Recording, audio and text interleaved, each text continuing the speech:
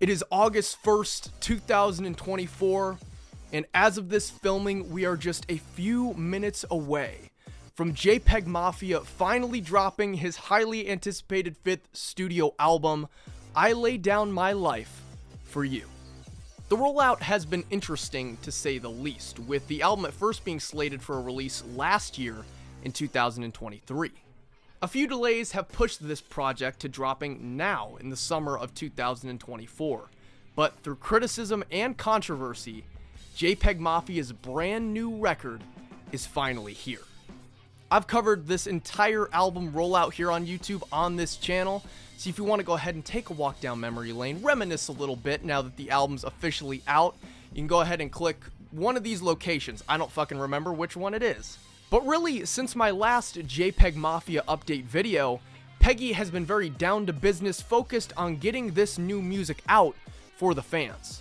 He dropped the second single for this project, Sin Miedo, on July 15th, shortly after premiering the track first in Belgium back in June.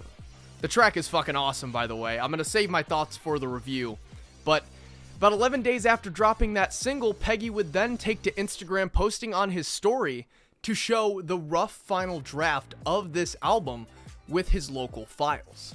And then he would follow that up with a picture of Minoru Suzuki saying that he is turning the album in today.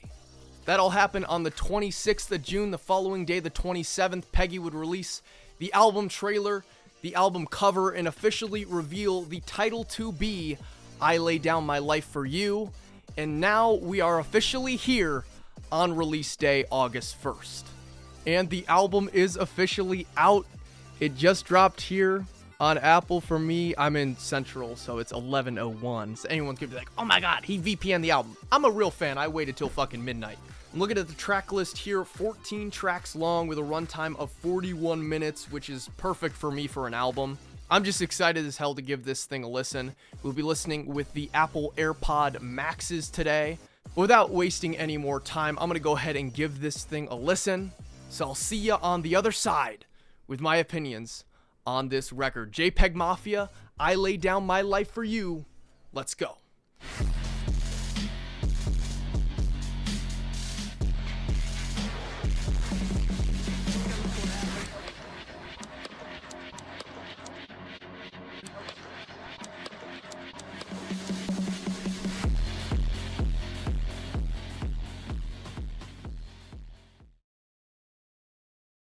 Alright everybody, so I'm not gonna lie, I listened to the album about twice, and man, did I fuck with this shit. I kind of alluded to it earlier in this video, but some people listen to this album a little early with VPNs because it came out in Australia, and you know, depending on where you're at in the world, it came out earlier than the US where I'm at. But I saw a whole lot of people like, oh, this sucks, so I walked in kind of like, what the fuck is gonna... I don't know what the fuck they were talking about. There is an overall heavy metal rock theme throughout this entire album, which I really fuck with. It is an extension of the sound Peggy experimented with on LP a little bit. It is like End Credits and Ghost of Ranking Dread took up to fucking 11. So I guess I kind of have to preface this review by saying that I'm a huge metalhead. Like Bring Me the Horizon, Black Sabbath, Code Orange, Lamb of God, you name it. This sound is really up my alley, and that may be why I'm like biased a little bit, and I really love what I heard based off these first two listens. But with that being said, not every single song is like an insanely intense song with a crazy fucking metal breakdown. There are tracks on here that are a little less heavy, that take a more chilled out vibe. But overall, the album has a cohesiveness of just strings. Whether it's a smooth bass line on a track, whether it's a harp and a more, you know, heavenly kind of sound, it's the underlying backbone of this record, and I think that really helps really piece together this chaotic yet cohesive record from Peggy. The album really progresses beautifully as well because it starts out very heavy. The intro track is insane. Sin Miedo is the second track. I'm going to get into the track-by-track breakdown and my thoughts on each track here just in a little bit. But in the beginning, you got the heavy tracks and the growls. Then things take a little bit of a detour with some weird electronic production. Then in the middle, you get the really heavy fucking tracks. And then with those last three tracks, things take a more ethereal, heavenly sound with the harps and the strings and everything, where you see Peggy really open up to the listener in a way that I don't think he's ever done in his discography. He just gets very introspective about his personal life. But I guess now we'll go ahead and get into my overall thoughts on each song off this record with the track-by-track breakdown. And I didn't take like insanely intense notes like this production thing and this lyric means this. Kind of just wrote if anything really popped out to me, and then I'm kind of going off my head for a lot of this too, so we'll see how this fucking goes. But the intro track, of course, is I Scream This in the Mirror Before I Interact with Anyone, and this really sets the tone of this record, especially with that rock metal theme. It starts out with just the cymbal, and then the drums really kick in, and the guitars start fucking wailing, and Peggy has these awesomely frantic vocals on the chorus. It's really like the perfect way to start this album, and also got to shout out those crazy fucking like the electronic drums that come in on verse 3. It's fucking crazy. But then track 2 is Sin Miedo, the previously released single, and this track fucking rocks with the 2 Live Crew sample. My favorite part is of course verse 2 when the guitar comes in and Peggy has those the delivery is awesome. He has those weird inflections in his voice, but he's also so like dramatic with it and emphatic. Great track. Also, the little beat switch before the outro or whatever is very much like, I don't know, it's just All My Heroes Are Cornballs vibes, which I fucking love that sound from Peggy. That's my favorite album, so anytime he kind of taps into that, I'm like, fuck yeah. But then we go on to a lot calmer of a track, track 3, I'll Be Right There, which has this very awesome gospel sample complementing this fucking bass guitar. Like, it's fucking very chilled out track that is very much almost needed after the 2 very in-your-face, intense intro songs. And Peggy is really just rapping his ass off on this track. I love the fucking Amber Rose bar, that popped me. It's awesome production. What could I say? 3 for 3 so far. And he goes 4 for 4 as well, because track 4, It's Dark and Hell is Hot, I'm also positive about. Also love the title, with the shout out to DMX. This track has a really weird fucking sample that just, Peggy finds a way to make like really weird sounds and all this weird obscure shit just flow together and be catchy. And it's like, this thing's like, wop, wop, wop. I don't know what the fuck, it sounds like this motherfucker. Freaky's also featured on this shit, and there's this really cool, I don't know what the sample is, but it's something in Spanish, and it just sounds fucking eerie and awesome. It's a hard-hitting fucking beat. People are also freaking out because Peggy basically called fucking Drake a pedophile. He has lied about him playing with kids on this track, but I don't know. Peggy just tweeted out literally as I'm like filming this how he's pissed off that people are taking that away from this album overall, but the song ends with this weird little Brazil like fucking sample thing. Who knows where he got it from? Who knows where he finds these things? But next track, track 5, just may be my favorite on the record. It is called New Black History featuring Vince Staples. This is a fucking weird track. Like, very funky electronic beat and these like wonky ass fucking synths. And then the drums come in, and Future is sampled on this track, his track Covered in Money. And it kicks fucking ass. It shouldn't work. This formula on paper is like, what the fuck are you thinking making this track? But it all flows together. Between Vince's fucking verse and then the Future sample and then Peggy's, it all flows together so well. Vince and Peggy fucking ate up the beat too. I don't know why. This is literally like standout track for me. Top 2 on the record, maybe my favorite. Then we get on to track 6, which is the other previously released single, Don't Rely on Other Men, featuring Freaky. And I gotta say, the mix for this one on the album is different than the single, and I prefer the mix on the single release. From what I've seen online, that's not really a popular opinion, but I just prefer the fucking guitar over Freaky's verse over the synths Peggy added for this album version. The good thing about this is that this is like one of my only complaints I have about this album, and it's pretty fucking easy to put the single version right where the album version is when you're listening to the record all the way through on streaming. Then we get to track 7, Vulgar Display of Power, which I would say is the most rock song off this entire album. The title also references a Pantera album, which Peggy has criticized them in the past, but apparently he's a fan. This is a track too where he's really using those fucking growls that sound like so much like Lil Uzi's off Pink Tape. He did the same similar kind of growl on the heavier tracks off that record, which I also fucked with, by the way. Pink Tape fucking fans gotta show out. Everyone shits on that album all the time. The thing that's interesting about this track is while it is, using those metal aesthetics with the riffs and everything, this is a more methodical, slower rock song. It's still very heavy, The gain is still up very high, but Peggy takes it a different pace than most of the heavier tracks off this record. And that vibe really fits what Peggy's saying on this track, the theme, where he's really cementing his status as an artist. He's saying, yeah, I've put out these fucking consistent albums again and again. I continue to push the envelope. I'm him, and I'm not gonna fucking fall. I'm not going anywhere. It's a really cool moment on this album. Then we get to track 8, Ex-Military. And this is probably, it's in contendership with the Vince Staples track for my favorite. I kind of feel like this track to this album is what Thought Tactics is to All My Heroes. But it starts out a little bit slower with Peggy just riding this tiptoe beat, having some insane bars, mentioning Scaring the Hose, mentioning Kiss, kind of talking about the rock aesthetic of this record. But the instrumental progression is fucking insane on this track, just the way Peggy introduces the drums and then the wailing guitars, like slowly but surely. He really is a production fucking genius. Peggy's vocals too, when things do get heavier on this track, are fucking great. He does a bark like fucking Brian from Knock Loose on Counting Worms at a point. It's fucking awesome. But the intensity is taken to a further level on the next track. Another one of my favorites, Jihad Joe. And it's a track where it's like these organ keys mixed with these rough drums, and it's somehow, again, it's another thing where it's like somehow this fucking weird combo, it sounds great. Peggy has another metal reference on here saying he's down with the sickness, but I would say this is the most chaotic track, but that's why I love it. It's fucking insane. Peggy's vocal delivery is so perfect for this track as well, and the various different effects he has in his verse, line after line, makes the track what it is. When shit really hits the fan too, production-wise on this track, and shit's really getting going, these crazy sirens come in. It is pure chaos, like I said, but in the best way possible. Then we get to JPEG Ultra, featuring Denzel Curry, which, whenever we get a Peggy Denzel collab, I'm fucking hype.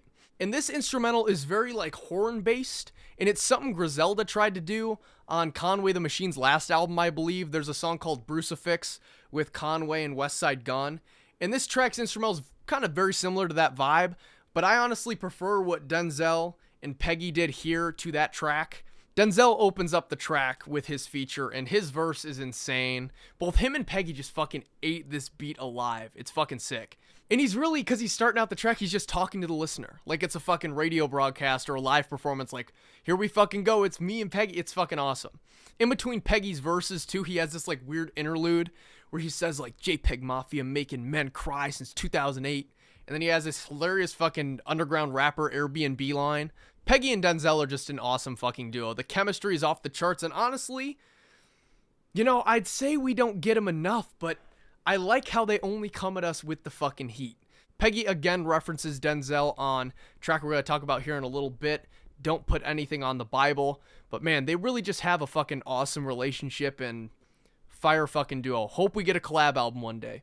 But track 11 is where we see the album kind of transition into a more mellow sound, with Peggy introducing those introspective and personal themes, especially on this track, either on or off drugs, where Peggy speaks on his substance abuse and the fact that whether or not he's high, he's on this or that, he always has insane dedication to succeed and find success. Peggy also opens up a little bit about his depression and even reflects on his discography and which of his albums meant like what to his career. He says, the first one was Good with the Beats, Black Ben Carson. The second one, Put Me in the Deep, which was Veteran. The third one was Sick, No Disease, All My Heroes Are Cornballs. And then the fourth, LP, Peggy says I had to rush it to complete it. When you're a real fan of a fucking artist and they call back to their previous work and reflect like that, it's always an awesome fucking moment. I love that so much. But just the sample, the way it fucking rides with the beat, it's so smooth. Awesome song. Following that is Loop It or Leave It, which is kind of this like intermission track, if you will, between the very obviously emotionally heavy Either On or Off the Drugs, and then the next track, which is a pretty big piece as well. Just a beautiful instrumental on this one. The harp sounds also very present with the strings on this one, and very dreamy sound as the album transitions now into that heavenly vibe I was speaking on, the ethereal sounds. It leads perfectly to track 13, the real big culmination, big moment of this album, Don't Put Anything on the Bible, which is the track that was featured in, of course, the trailer for this record. There's just some beautiful vocals from Buzzy Lee over, once again, some beautiful harp strings before the beat kind of switches and transitions over a more calm sound for Peggy to go ahead and rap over. And this track here is where he addresses some fan criticism regarding him working with Kanye West earlier this year. Reflecting on fan criticism, Peggy said, "Some opportunities never come back, and also never react to the demographic with the swag of a cashier at Radio Shack." The track concludes with, again, some beautiful harmonizing vocals from Buzzy Lee, and just, again, kind of like the statement piece of this album, the centerpiece, if you will. The album wraps up with track 14, I Recovered From This, where again we see JPEGMAFIA very emotionally open up to the listener, this time reflecting on his previous shortcomings in past romantic relationships. There's a lot of standout bars on this one for me, including 1 hour a week isn't enough, I think I need a friend, referencing how, therapy can't be enough for some people sometimes who really need someone to talk to. Also, this line here on this song, I've been stuck in a car with the child lock, trying to break out and answer the call. That line may be my favorite off this entire fucking album. Overall, we see Peggy come to this conclusion that essentially, he'll never find peace in a partner or relationship or a drug, etc. The only person that can help him heal is himself. And as the album comes to an end, we basically hear Peggy talk right to us in a very raw fashion about the creative process, saying basically, I've worked enough on this fucking thing, put it out, whatever. And that is JPEGMAFIA's I Lay Down My Life For You. Overall, really enjoyed this album. Once again, in my opinion, Peggy delivered with a very creative and genre-bending record. Once again, as he always does with his releases, evolving his sound. He truly never moves backwards. Like, this album, once again, is Peggy coming to us with a new body of work and still showing improvement, showing further development as an artist. Whether it's Peggy's insane flows on this thing or brain-melting production, he produced just some overall crazy, chaotic fucking sounds that I still kind of 2 listens in now don't know what I'm hearing, but all I know is I fuck with it. As a metal fan, once again, this is like really up my fucking alley. So I can kind of see if you're not into that heavier sound being turned off by elements of this record. But still, you have a handful of tracks on here that don't tap into that aesthetic with the wailing guitars and the heavy, intense vocals that I think people would fuck with who don't fuck with the metal shit. And, I guess my overall point is very diverse album with a multitude of sounds. But Peggy not only showed development, in my opinion, as an artist on this record, but also as an individual. We see him coming at us with some mature-ass lyrics, mature content, opening up about delicate parts of his life in a way that, again, I've said it a few times in this video, but he has truly never done in his career. In my opinion, it's far too early to determine where this album ranks in his discography among his other records, especially with it being, so abstract, and all of his albums also just tap into so many different fucking sounds. But as for complaints, I really only have 2. Number 1, I already told you guys, I prefer the single mix on the track Don't Rely on Other Men. But also, I gotta say this here, I gotta be a negative fucking Nancy. I don't like the album cover. Especially, I was thinking, I didn't fuck with it when I first saw it. But then I was like, okay, hear the album, maybe then I'll be like, okay, that makes sense. I go through this album, I really don't feel as if the sounds on this record are summed up and represented by the cover art. So there you have it, my whopping 2 complaints, but overall, obviously, very high on this album. I was expecting the guitar element overall over this entire project going into it. I didn't expect the full-on metal fucking turn that Peggy took, but I welcome it with open arms. And overall, what a fucking trip. Album was great, amazing fucking record. JPEGMAFIA's I Lay Down My Life For You, definitely worth the wait. It is super fucking late, and I have a whole lot to edit, so I'm going to go ahead and wrap things up here. If you guys want to follow me on socials, go ahead and follow me on Twitter at DigitalXDWNLD and Instagram, Casey Colkin. I hope you guys enjoyed this album as much as I did. Very much looking forward to reading your thoughts in the comment section below. Make your voice heard. But until next time, I will see ya in the next one.